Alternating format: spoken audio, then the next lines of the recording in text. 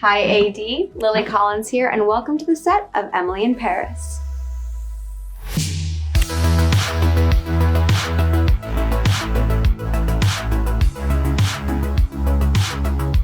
So here we find ourselves in Agence Grateau, formerly known as Savoir, which is a very important and special set for me because it's where Emily really found her footing and groundedness in Paris.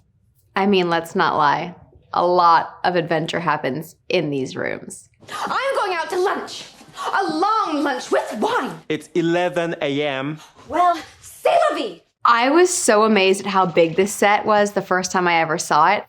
I didn't realize that each of us would get our own office and that it would be so spread out and it would look so livable. We've joked that we would put mattresses in here and actually sleep here because the crown molding, the colors, it's so calm, the floor, everything about it felt as though they'd just taken a Parisian apartment and put it into an office workspace. So my mind was blown. There's chandeliers. I mean, they really went above and beyond on this set.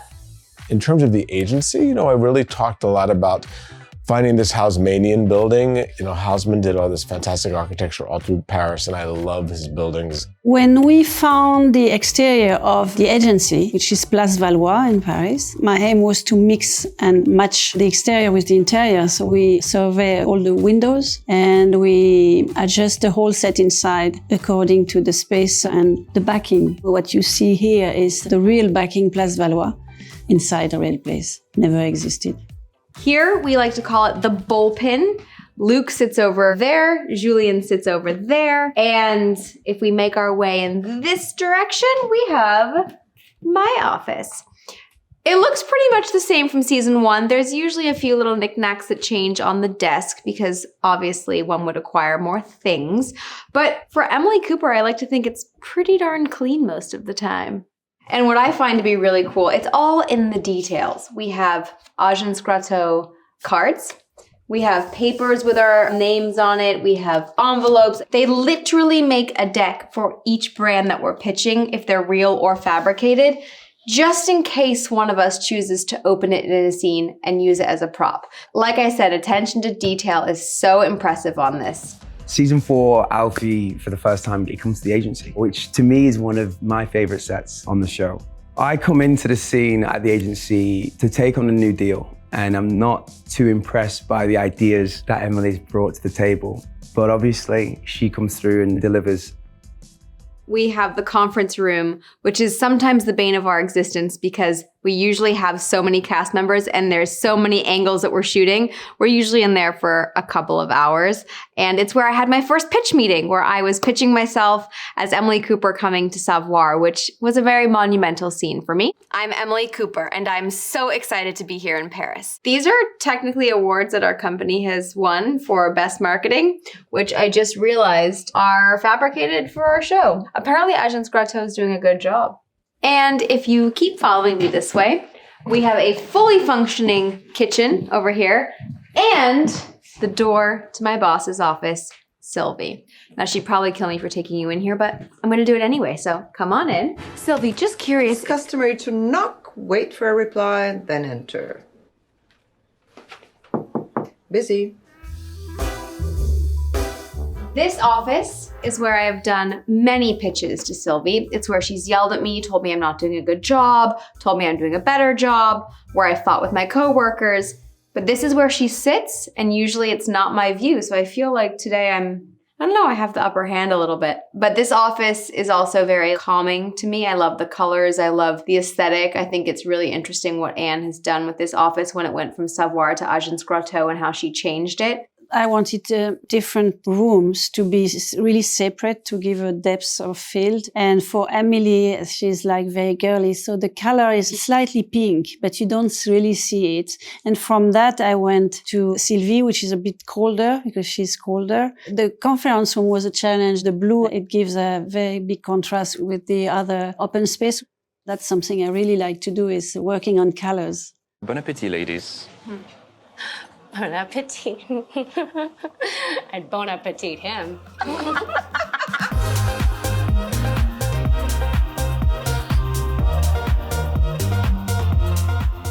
That set was, at the beginning, the first season, a real set. We used a restaurant on the Place de l'Estrapade and we used the inside as well. And then the next year, we decided to make it bigger inside. And Siebel made sure that we could have a fully functional kitchen, so we could have a Michelin star chef that actually created an entire menu just for the restaurant. The plates actually exist, but only in the story. So whenever we're done shooting, I just eat the plates. So we had red color matching the outside. And then when his grandmother, Gigi, came in the script, we decided to change a bit the look of it. So we changed the tablecloths, we moved the chairs, we made the round table instead of just a banquette. And the color changed slightly. Darren wanted something a bit more subtle, more earthy, more Normandy. So that's how it evolved. This place got posh. And maybe now it will evolve again, we don't know. What happened to Gabrielle? We're about to start shooting again, and whenever I'm starting a scene inside the restaurant and I'm like storming out the restaurant, we cut, and 2 weeks later I shoot it in the actual Place de l'Estrapade. It's a bit weird in terms of continuity, but yeah, it's the magic, I guess.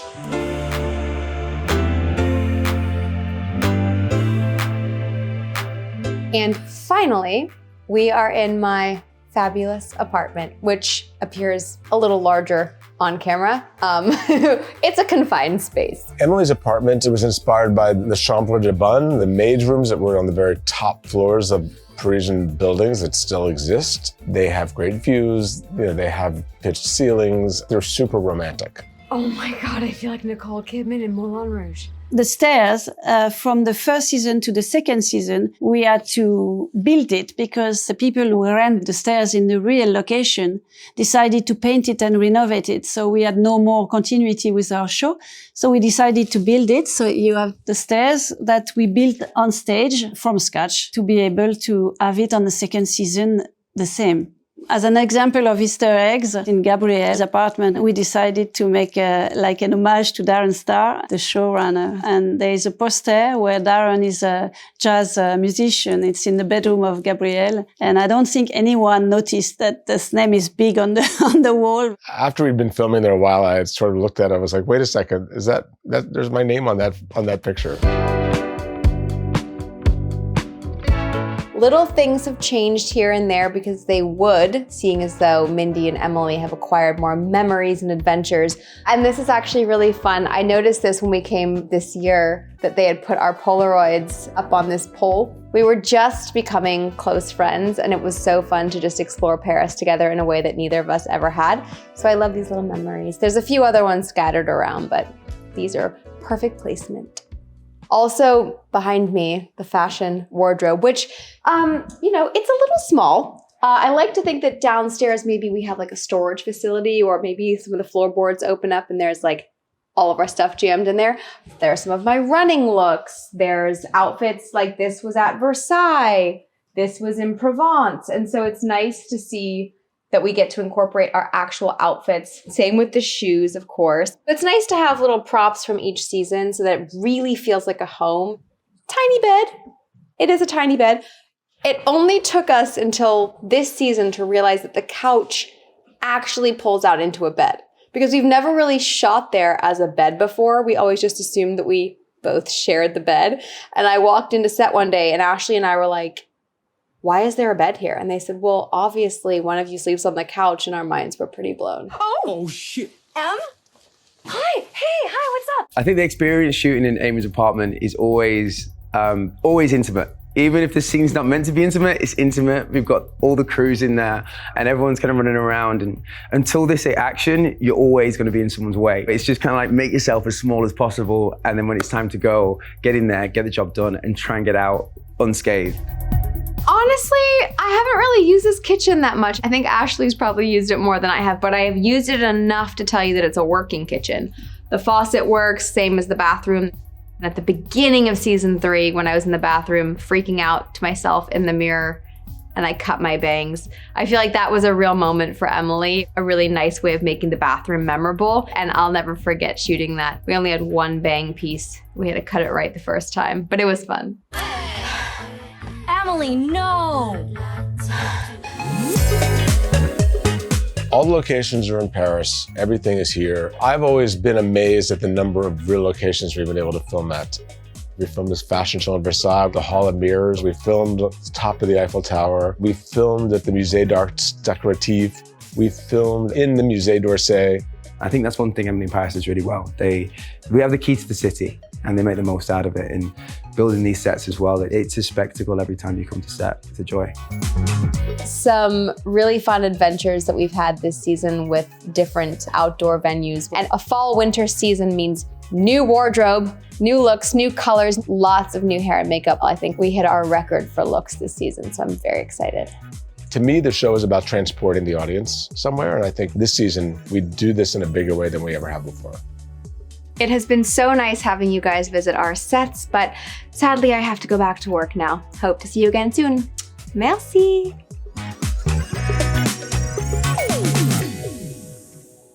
This is so sick. Those are so pretty. Oh, this is beautiful. Ooh, that's cute, the legs, but that's just like Yeah. for me. Focus on me. This is a good floor lamp. Ooh. Oh my gosh, that's stunning. That's so kick-ass. Price is 12,000.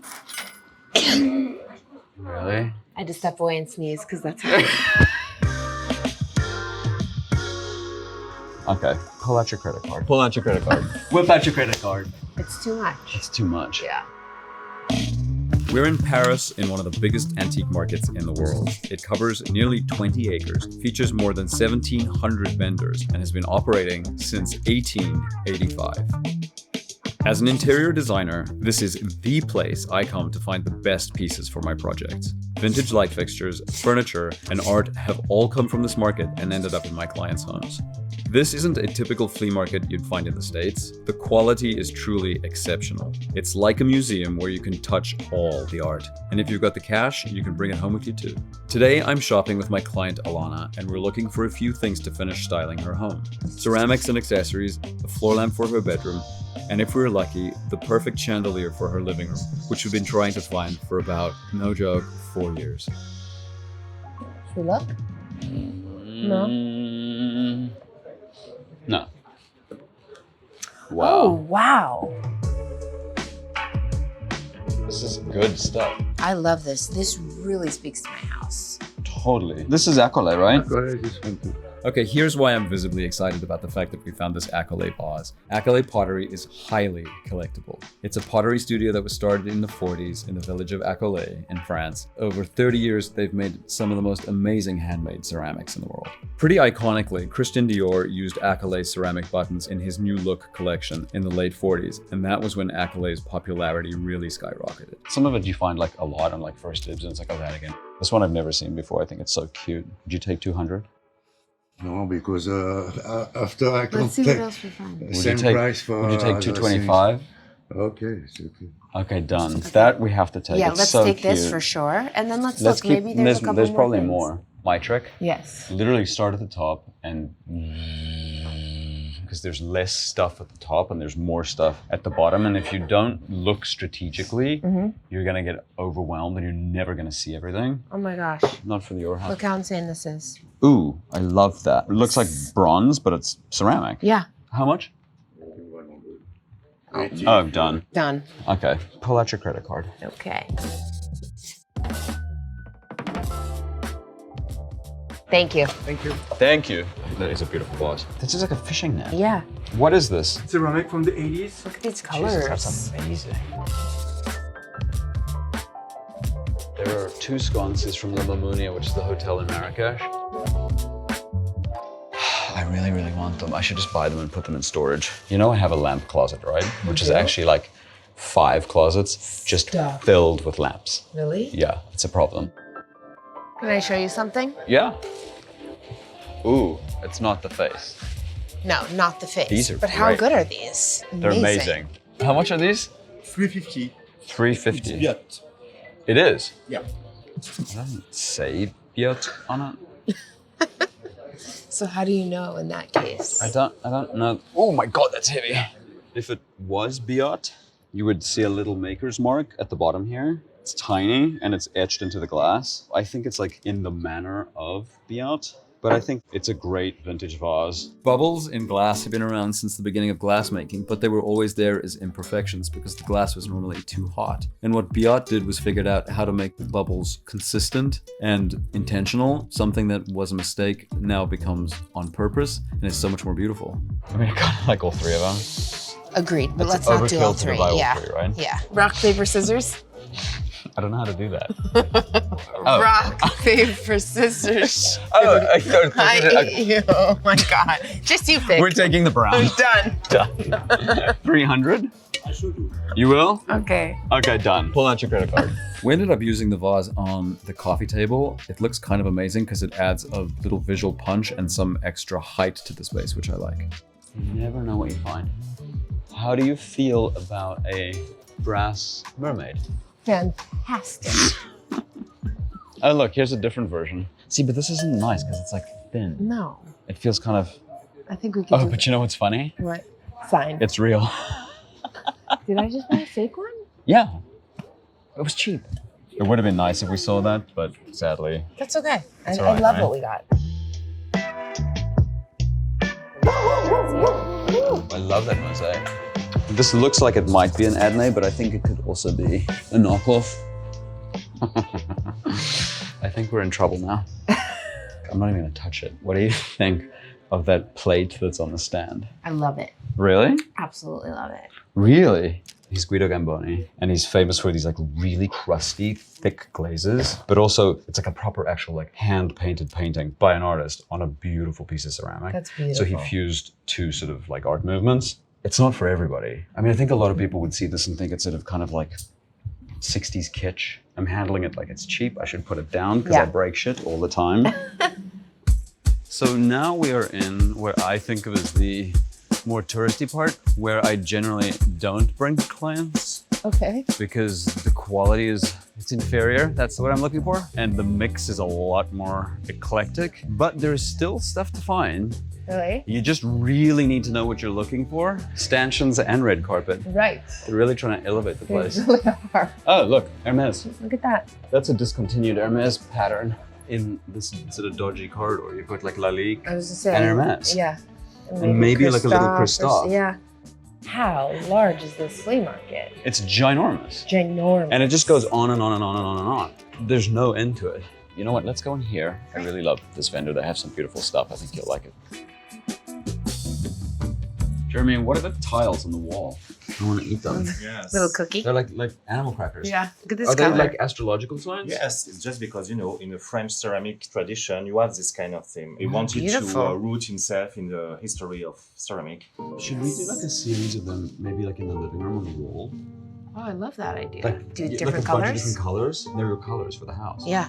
These tiles are something of a revelation for me because aside from the obvious use of them as tiles, they make an amazing kitchen backsplash, but they're also cute just stacked on a pile of books. I'm super excited to see them in the house. Okay, we found something. In Alana's space, we decided to put these tiles on the wall because they really create an exciting little moment in the corner of the room that adds a little visual surprise when you turn and look back towards the entrance of the house. We found a bunch of great accessories and ceramics for Alana's space. Next up, we're focusing on floor lamps. Floor lamp in there?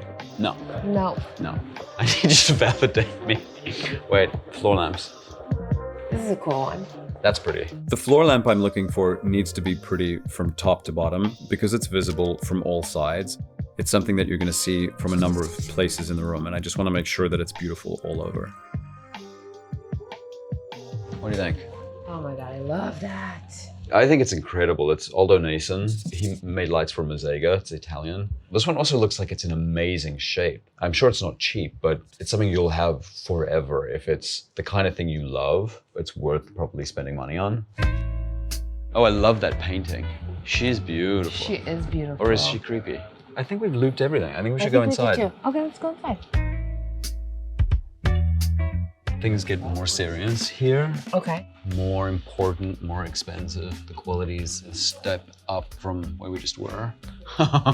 This is a good floor lamp. Ooh. Oh my gosh, that's stunning. That's so kick-ass. It's possible. Unlacquered brass, so it's tarnished, which I love. This would be so cool in your bedroom. Yeah. That you could Over put. a sofa. Yeah. Like, imagine like sitting here and you're reading a book and that's like above you. So like pretty. a warm, cozy little moment. Yeah. Can you tell us a bit about this floor lamp?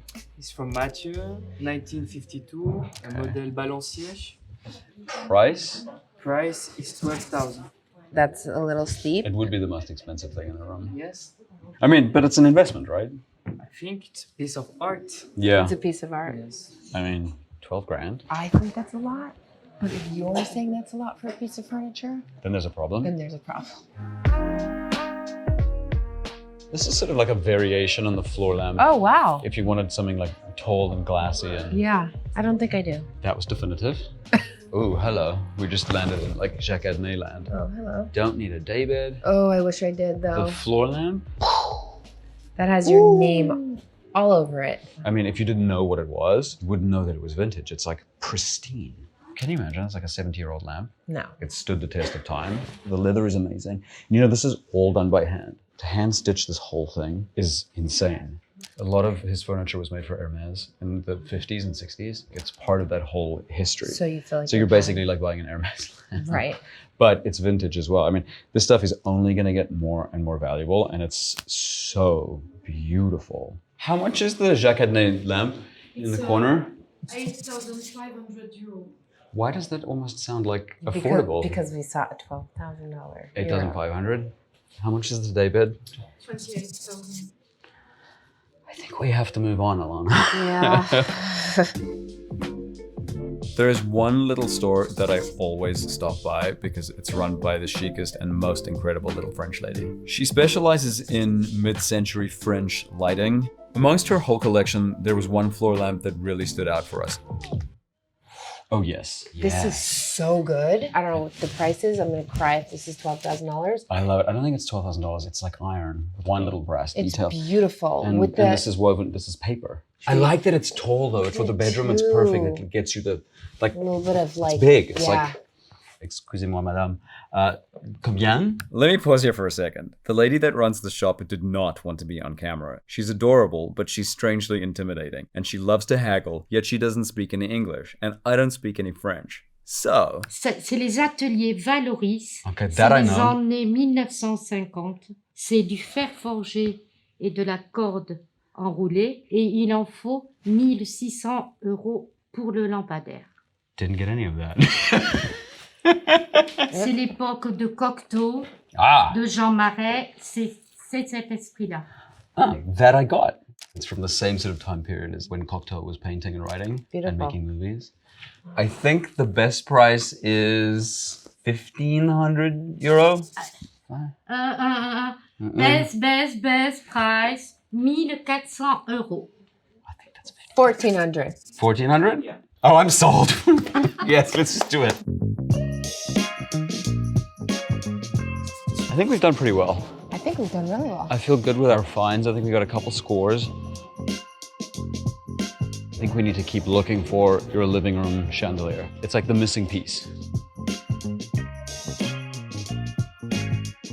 Maybe not like that one, yeah, but like that would be good size-wise. When we're looking for a chandelier for Alana's living room, we're looking for a couple things. It can't be too big so that it overwhelms the space. It can't be too small, otherwise it's gonna look ridiculous. And I don't want anything that's new because I feel like the room needs something older to add a little bit of age and history to the space. dramatic and glamorous, tall. Yeah. Because the ceiling is pitched. It would be kind of cool if you could get a bit of color in there. You know what? I like what's going on there with, it's way too small, obviously, but I like the sort of like waterfall-y sort of vibes. I like that it's Murano, the gold standard in hand-blown glass. Yeah. And the light filters so beautifully through the bubbles in the glass. If we could get that 3 times the size. Yeah, would be awesome. There is one last shop left that I want to check for chandeliers. They have an incredible collection and I'm always blown away when I get there. I love this store.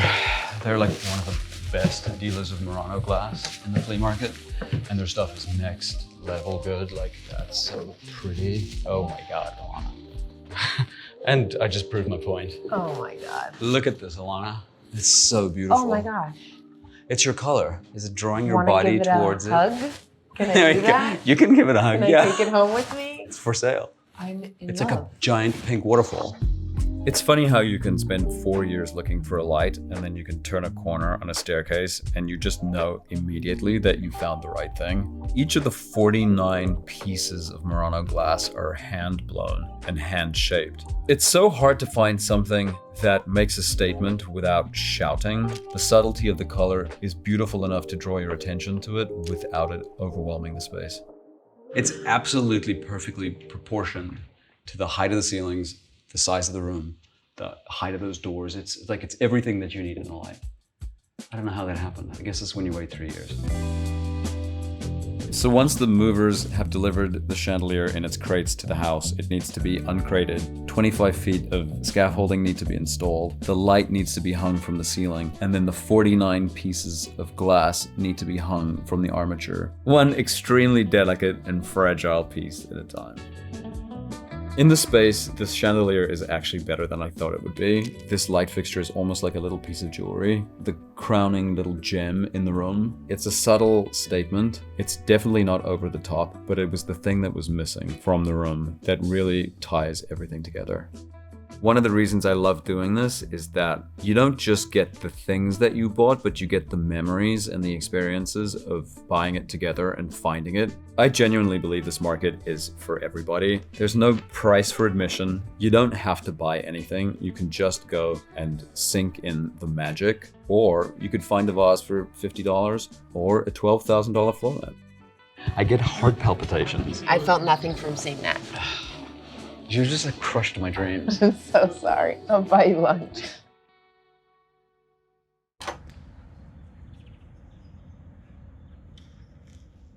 AD, welcome to Hotel de Roxy. Come on in.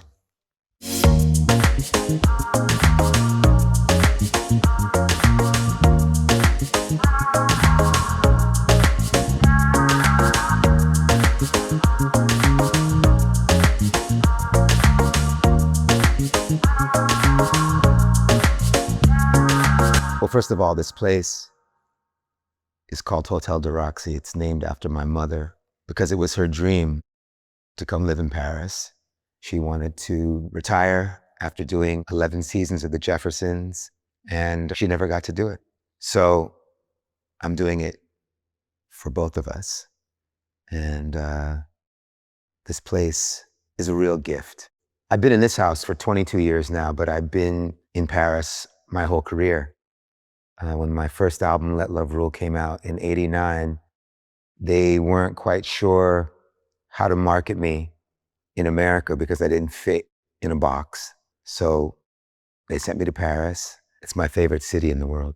It's just an inspiring place culturally, music, art, fashion, cuisine. It's got it all. I love Paris, but I love this house.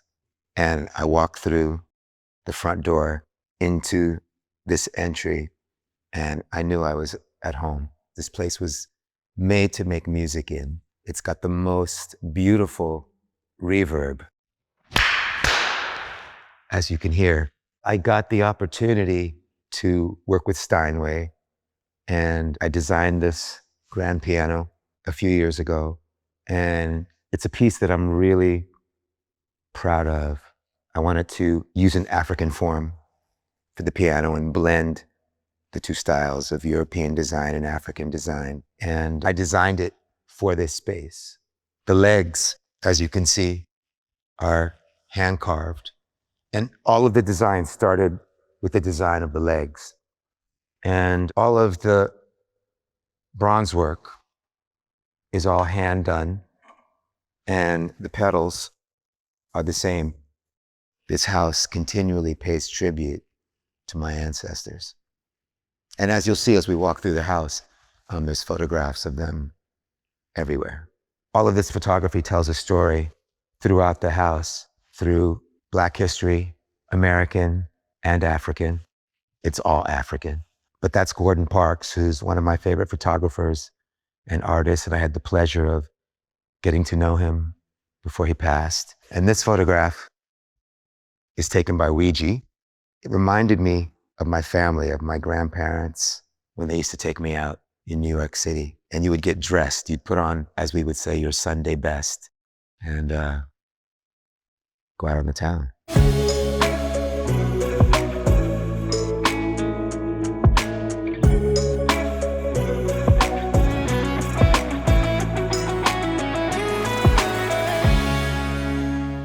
This is the Petit Salon.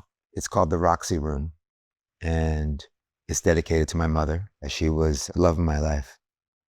I was a mama's boy. I found a bunch of photographs that my father had taken of my mother in the late 60s and got them framed by the same framer that does a lot of framing for the Louvre. I just wanted to have a room where I was surrounded by her image.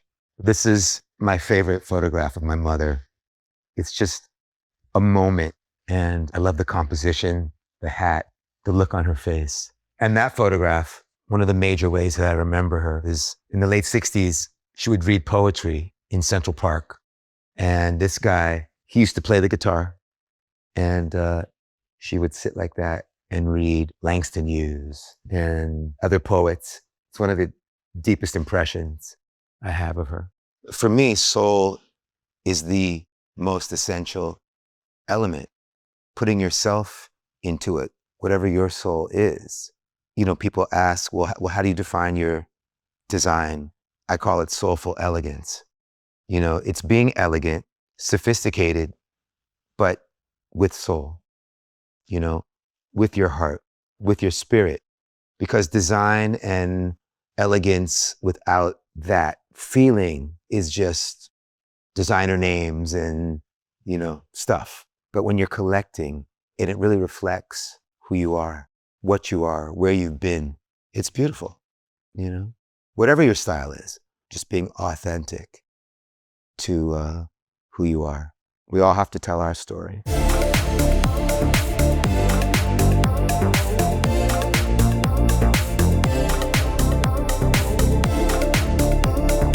This is the Grand Salon, and this is where I receive folks. This is where we hang out.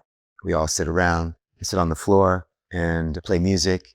It's got a lot of art in here that I love. The whole room is built around Muhammad Ali, his legacy, and his message captured by Andy Warhol. I love Andy Warhol, but I love Muhammad Ali. And yes, he was the greatest boxer, but what I love about Muhammad Ali is the humanitarian work, the civil rights work. He was a freedom fighter, and that is so important. If you think about the things he was saying at that time in the 60s, he said some very challenging things, but he was so intelligent and he had a great wit and strength, and he knew how to balance that all together. This room is about that.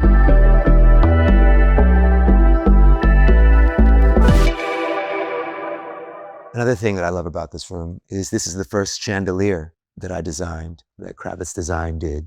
This chandelier was made for Swarovski, and it was in one of the art fairs years ago. It's called the Hotel de Roxy. Some of the articles in here that are giving me so much vibe are these African sculptures that I got from Church Boutique, which is one of my favorite boutiques in the world. It's run by my good friend Rodney Burns, and he has curated quite a few things in the house.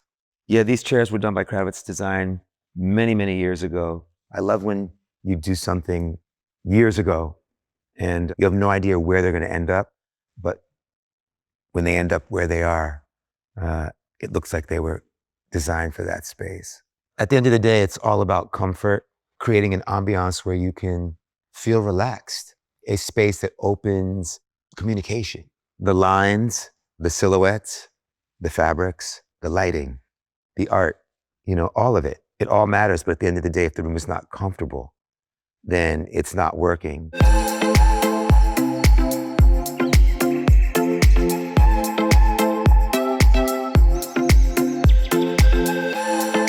This is the dining room. I like to have dinner parties and invite interesting people from all different backgrounds to sit and enjoy a meal and conversation. This room is centered around this photograph of my grandfather, who was the head of the family and such an inspirational figure to me. This photograph was taken by Reuven Afanador years ago in Nassau, Bahamas. I love that he's here looking over the table, still blessing everyone who comes in here. I feel his presence and I love seeing him every day. This room's all about the nighttime. I never have lights on very bright. People come in here and they think it's quite dark. So the lights are always on very dimly and it just feels rich and warm and vibey. And that's the way I like it. This is by one of my favorite artists in the furniture world. I have several pieces of his. I've been collecting him for a long time. This is Paul Evans. He was an absolutely incredible artist, and I'm just drawn to his work, how brutal, how elegant. This table is designed by Carl Springer, and I've had this for many years. I love it. The lacquer is just worn. It's got a lot of character. These are Africa chairs. Scarpa had these for a very long time. They just made their way to Paris. And the two chairs at the end I found at the Paris flea market at Les Puces, where I go every week. One of my favorite things to do in Paris, looking for furniture and art from all these wonderful vendors that really curate well.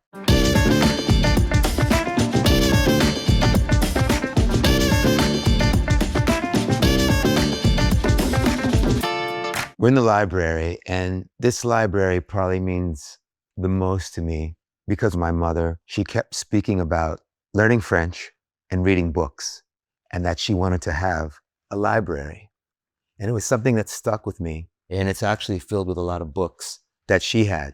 A lot of the African art books were hers, and a lot of the literature was hers. Those are James Brown's boots. James Brown is it. James Brown is the funk. James Brown is the rhythm. James Brown taught me so much and gave the world so much joy and full of powerful messages. Say it loud, I'm Black and I'm proud.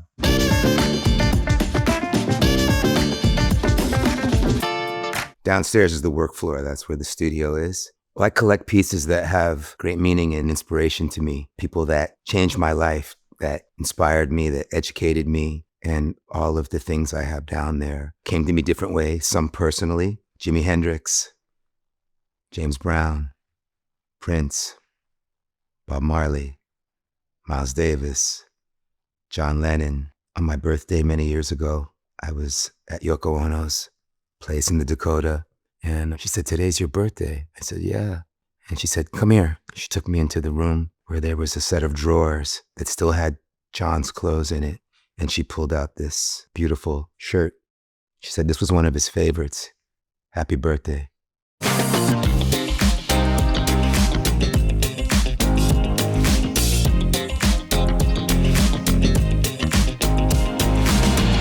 We're in the bedroom. It's a gift to be able to sleep peacefully every night. The word recreation is recreation. When you're an artist, to be able to continually be inspired, you have to continually recreate so that you can be vibrating at the frequency you need to be able to pick up the things that you're being transmitted. I'm just an antenna, you know. I don't do this. It comes to me. This room provides that space for me to be able to close the doors and recreate myself on a daily basis. It's such a luxury to have a room with this kind of volume, and the oval shape is just extraordinary. And very few pieces. Really, it's just the bed and 2 chairs, 2 tables and 2 lamps and a console. But they're all very substantial and hold weight. And so you're able to put very few things in the room, but they're all very bold and give a lot of energy. And of course, the Moroccan rugs, which I've always loved.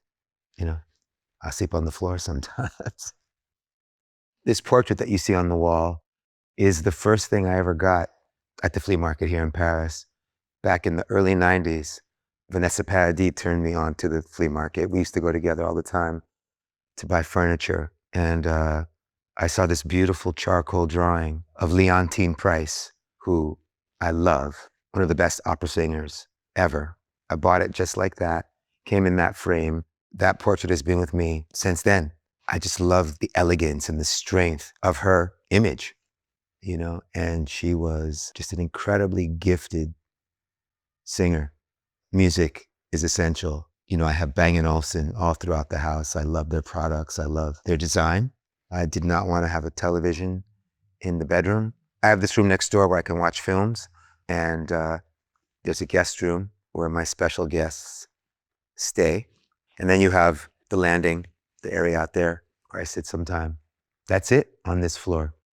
So now I'm going to take you down to the basement so you can experience the heart and soul of this house. Come on.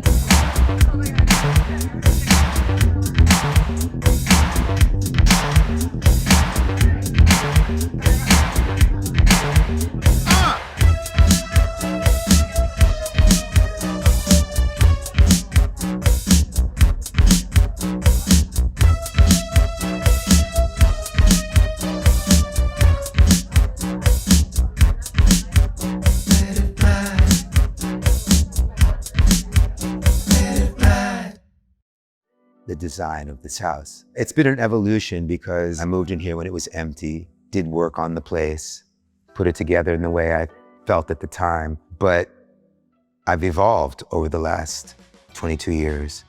And so the house has just been completed to where it's at the place that I am now. And I know that this will last. I won't need to touch it again in my lifetime. It represents so many parts of my history, my story, my evolution. And, Zoe will take it from here.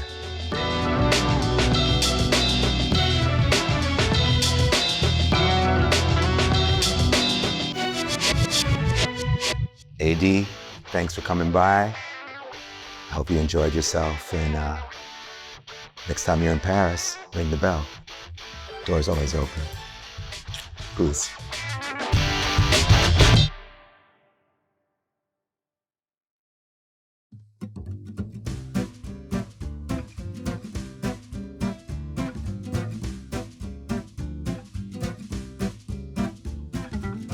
C'est vrai que Paris, c'est la ville la plus dense d'Europe. Donc c'est vrai que les gens sont habitués à vivre dans des appartements extrêmement petits, de maximiser à fond les espaces. Moi, je suis partisane de vivre dans les petits espaces. En fait, je pense que je pourrais jamais vivre dans une maison immense, sauf si j'ai une famille avec 20 enfants.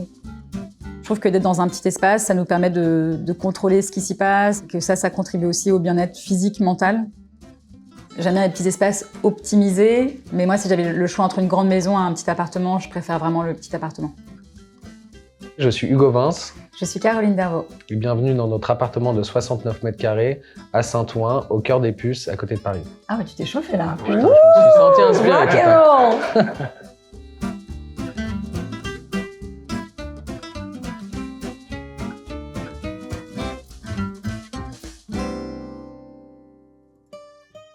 Avec Hugo, on se connaît donc depuis 21 ans, on était meilleurs amis, on est tombés amoureux il y a 5 ans. Et tout naturellement, quand on s'est mis ensemble en couple, on a commencé à collaborer ensemble. J'ai décidé de devenir architecte, ça s'est fait assez naturellement. J'ai toujours aimé tout ce qui était un peu créatif. Et du coup, assez naturellement, je suis dirigé vers l'architecture d'intérieur. Moi, je suis artiste peintre et muraliste, c'est-à-dire que j'ai une pratique qui est scindée en deux, à la fois de la peinture sur toile et à la fois des fresques monumentales dans l'espace public. En fait, on a des amis qui habitaient dans cet appartement. On est venu dîner un soir, ils nous ont dit qu'ils vendaient l'appartement et ça s'est fait assez rapidement. On n'avait qu'un garçon à l'époque quand on a acheté cet appartement. Quand on a su qu'on allait avoir du coup des jumelles, on s'est tout de suite dit on va changer d'appartement. On s'est dit que ça va être trop petit avec 2 chambres. Et très rapidement, on s'est dit qu'on était vraiment bien dans cet appartement. Étant une famille d'abord de 3, puis ensuite de 5 personnes, c'est sûr qu'on a dû optimiser chaque espace, de le rendre à la fois beau mais aussi fonctionnel. Ce qu'on voulait vraiment de base, et c'est pour ça qu'on a tout peint en blanc, c'était vraiment d'avoir comme une toile, comme dans le travail de Caroline, où on arrive et puis on vient mettre de la couleur. On voulait vraiment que ce soit un lieu très vivant qui inspire aussi les gens.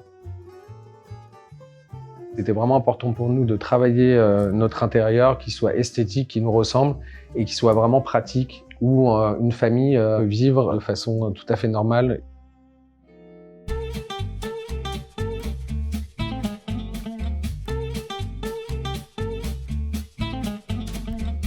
Là, on rentre dans la pièce principale, le salon. Alors dans cette pièce à vivre, il y avait un vrai challenge au niveau de l'aménagement déjà, c'était de savoir où est-ce qu'on allait mettre le canapé.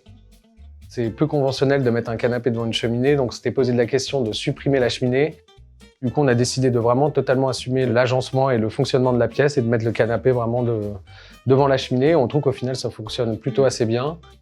Il y avait aussi un challenge assez important, c'est qu'on voulait vraiment une bibliothèque et on ne savait pas du tout comment on allait la concrétiser, la dessiner. Est-ce qu'elle était posée au sol? Est-ce qu'elle allait être suspendue? Est-ce qu'on allait mettre de la couleur encore une fois? Est-ce qu'on allait travailler avec la laque?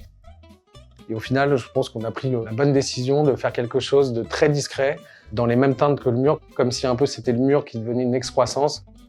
Et on voulait vraiment avoir ce côté linéaire, fonctionnel, et en même temps un peu enfantin, un peu Memphis design, sans avoir le côté couleur. On a cette commode de Garance Vallée qui a fait pour Monde Singulier, un meuble un peu hybride qui permet d'avoir une fonction un peu connexion entre les deux espaces.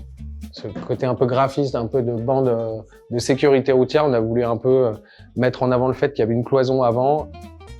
C'est même une manière de mettre en valeur, encore une fois, des choses que l'on a envie de cacher. Tout comme les tuyaux, tout comme les radiateurs. C'est vraiment de mettre la lumière dessus pour les accepter pleinement et que justement que cette faiblesse devienne une force. Voilà.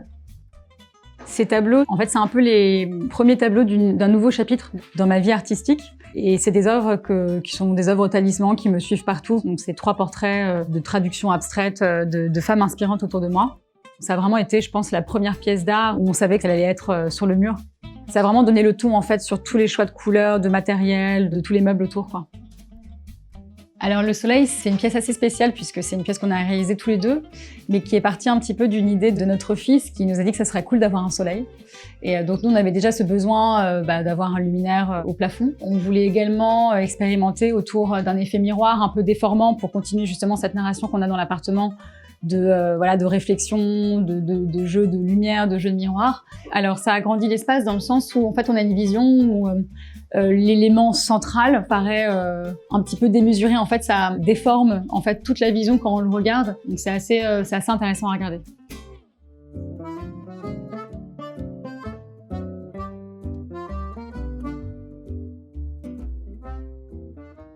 Le plus gros challenge dans cette pièce, je crois que c'était vraiment d'arriver à créer une cuisine fonctionnelle sans avoir le côté vraiment intrusif sur la partie pièce de vie. Ce qui était vraiment le plus compliqué, c'était de savoir où est-ce qu'on allait mettre le frigo. On a vraiment creusé dans ce mur. Il y avait une entrée, mais on a un peu agrandi pour pouvoir faire entrer le frigo et on a mangé dans la partie dressing de l'autre côté. Et on a un petit peu agrandi pour pouvoir aussi avoir une petite partie un peu technique avec des petits rangements assez simples sur le côté. Donc c'est un peu une pièce qui reste assez simple mais fonctionnelle et on est très fiers de notre frigo.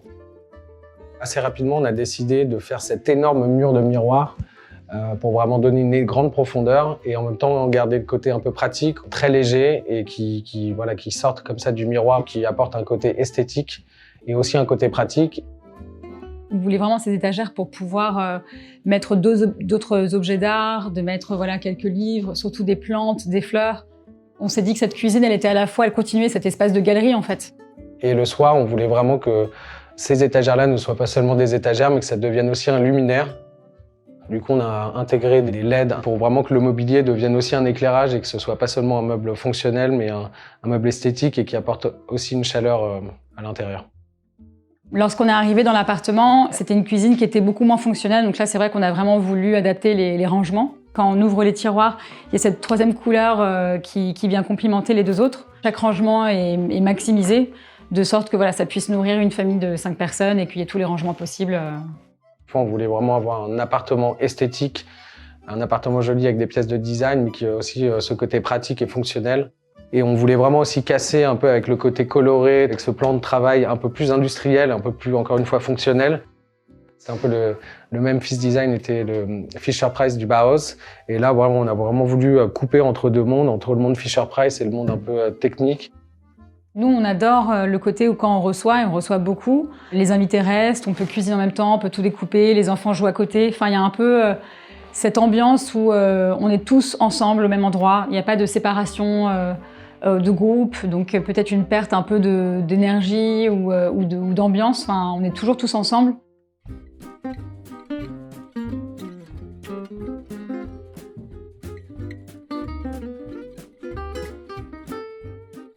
Alors nous sommes maintenant dans la chambre à coucher, la chambre parentale. C'est une pièce assez unique parce que c'est la seule qui a 2 portes, qui permet vraiment cette circulation d'énergie, de mouvement. Au niveau de la chambre, tout s'est orienté par rapport à l'achat de nos draps, par rapport à l'achat de cette toile.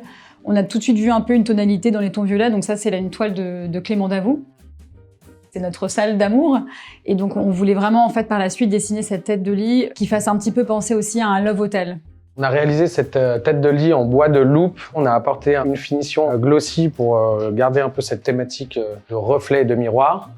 Et pour casser un peu ce côté un peu love hotel des années 60, on a été beaucoup plus radical et on a essayé de faire quelque chose au niveau du lit, totalement cubique et monochrome, et pour faire un peu disparaître la structure. Donc on a redessiné ce lit qui est en fait un lit-coffre entièrement recouvert de miroirs, le même miroir qu'on a utilisé dans l'entrée. On a pu réaliser plusieurs endroits, une collaboration avec une artiste qui fait des vitraux, qui s'appelle Rebecca Requier. Donc là, c'en est une. On voulait vraiment en fait faire un dessin aussi qui fasse penser à un soleil qui se lève ou qui se couche. Et c'était aussi l'idée d'avoir vraiment apporté de la lumière dans cet espace de circulation tout en apportant de la couleur. On vient un peu sur le même principe que des étagères de la cuisine le mobilier devient un luminaire. Pour cette tête de lit, on a vraiment intégré donc du coup ce LED, d'ailleurs qui est très chaud, qui donne vraiment une ambiance beaucoup plus chaleureuse et très feutrée.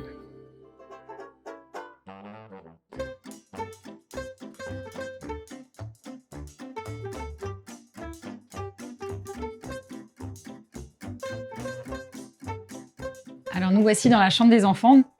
C'est une chambre qui tout naturellement s'est décorée d'objets qu'on avait chinés aux puces et puis d'éléments qui étaient présents auparavant dans mon studio, par exemple comme ces étagères que j'avais un peu customisées. On avait aussi la problématique de trouver une table à langer. Hugo l'a dessinée, un ami l'a réalisée, puis moi ensuite je l'ai peinte.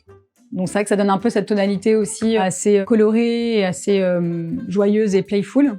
Mais là, d'avoir transformé cette table à langer avec toute la partie technique un peu sur le dessus qui devient en même temps un coffre de jeu, et on arrive à prendre tous les jouets des qu'il y a du monde et tout mettre là-dessous. C'est pour ça que au niveau du sol, on n'a pas voulu mettre d'étagères pour pouvoir glisser très rapidement tous les jouets à l'intérieur et qu'on ait un espace un peu plus esthétique et pas un bordel de jeux partout.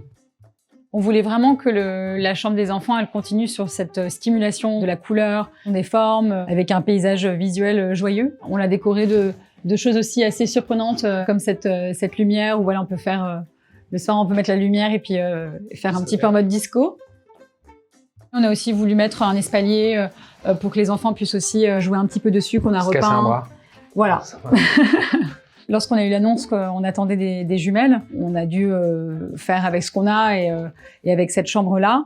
On a mis nos filles dans un coin, notre fils dans l'autre. On a voulu aussi avoir cette zone un peu modulable, qui est à la fois une zone pour dormir, pour accueillir des amis, mais également une zone de jeu. Voilà, on voulait vraiment que tout soit très fonctionnel. Le reste, ça va vraiment être de la décoration pour stimuler leur imagination. On sent qu'ils profitent vraiment de tout le reste de l'appartement pour en faire leur terrain de jeu. Et c'était vraiment notre souhait premier. C'était que cet appartement, ce soit notre terrain de jeu à tous les deux, mais également pour les enfants qui puissent vraiment pousser en fait la chambre au-delà des murs et que leurs jouets colorés, au final, puissent aussi se marier gracieusement avec le reste de l'appartement, puisque voilà, on est dans des tonalités à chaque fois qui sont très vives.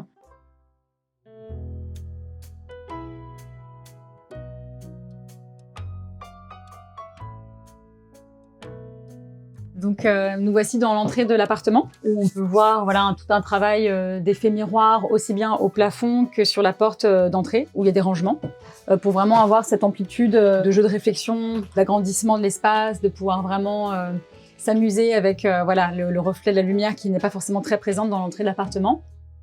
Après, on a encore une fois des pièces qu'on a chinées un petit peu. Il y a des tableaux aussi de ma propre pratique qui est abstraite, donc ça permet aussi de rentrer un peu dans les couleurs. Cette entrée, on a vraiment aussi voulu la réfléchir un peu comme une galerie, d'exposer un peu certaines œuvres artistiques, mais aussi un peu un lieu de jeu pour les enfants et un lieu de passage. C'est pour ça qu'on a décidé aussi de mettre un peu une partie des jouets des enfants à l'intérieur de ce couloir pour que ça vive et que ce soit pas juste un lieu de passage et un endroit mort. Donc ça fait vraiment partie de l'optimisation justement des petits espaces.